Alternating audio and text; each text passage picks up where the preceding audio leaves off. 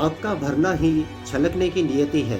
स्वागत करता हूं मैं अपने YouTube चैनल सिग्निफाई लाइफ में और आज मैं आपके सामने नई लर्निंग साझा करने जा रहा हूं। आपको ये जानना होगा कि हर व्यक्ति में 5 पंचमुखी हनुमान विराजमान है। कहने का मतलब बल, बुद्धि, विद्या, शक्ति और सामर्थ्य हर व्यक्ति में विराजमान है।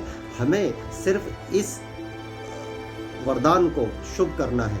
आज मैं आपको एक चीज़ और बताना चाहता हूँ।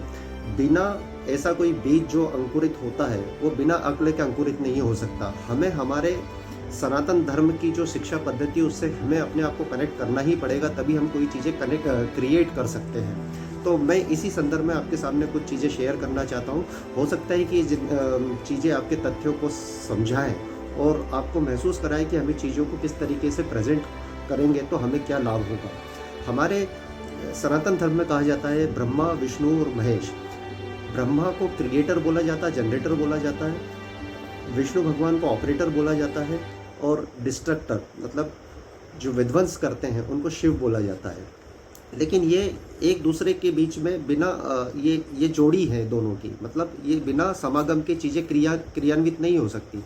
जैसे एक बीज बिना अक्ल के अंकुरित नहीं हो सकता, मतलब क्रिएट चीज़ तभी होती है जब उसका समागम सरस्वती के साथ होता है ना। बिना ज्ञान के आप कोई चीज़ क्रिएट ही नहीं कर सकते। हमें समझना पड़ेगा, बिना ज्ञान के हम कोई चीज़ क्रिएट ही नहीं कर सकते।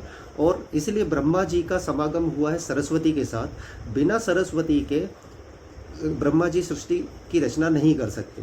दूसरी चीज़ ऑपरेट कौन करते हैं? विष्णु भगवान करते हैं। विष्णु भगवान की जो सैया आपने देखी होगी वो एक शेषनाग के ऊपर लेटे हुए हैं और लक्ष्मी माता उनके पैर दबा रही है।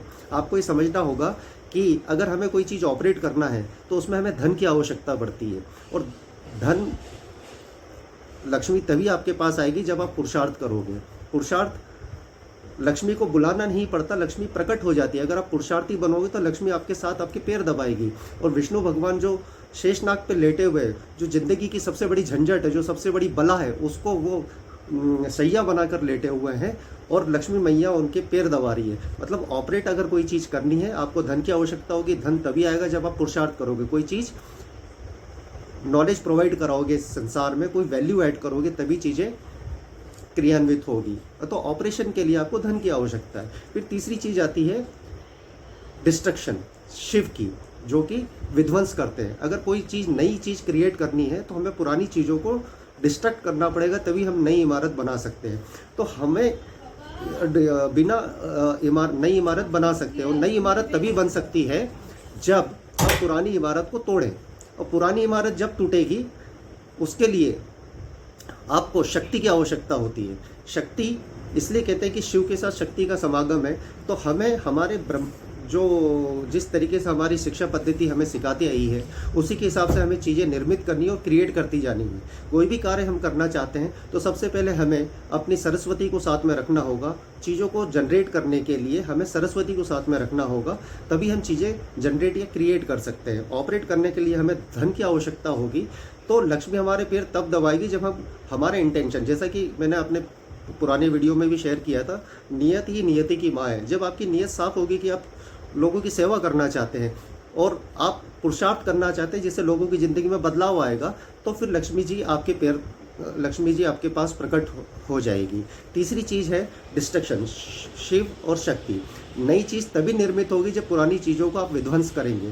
तो जो एंड है वो स्टार्टिंग पॉइंट है। अगर कोई भी चीज़ एंड हो रही है तो नई चीज़ की शुरुआत है। तो आपको ब्रह्मा, विष्णु, महेश को ही साथ में नहीं रखना है, साथ में आपको सरस्वती, ब्रह्मा और सरस्वती, विष्णु और लक्ष्मी, शिव और शक्ति, ये तीनों को आपको साथ में रखना है।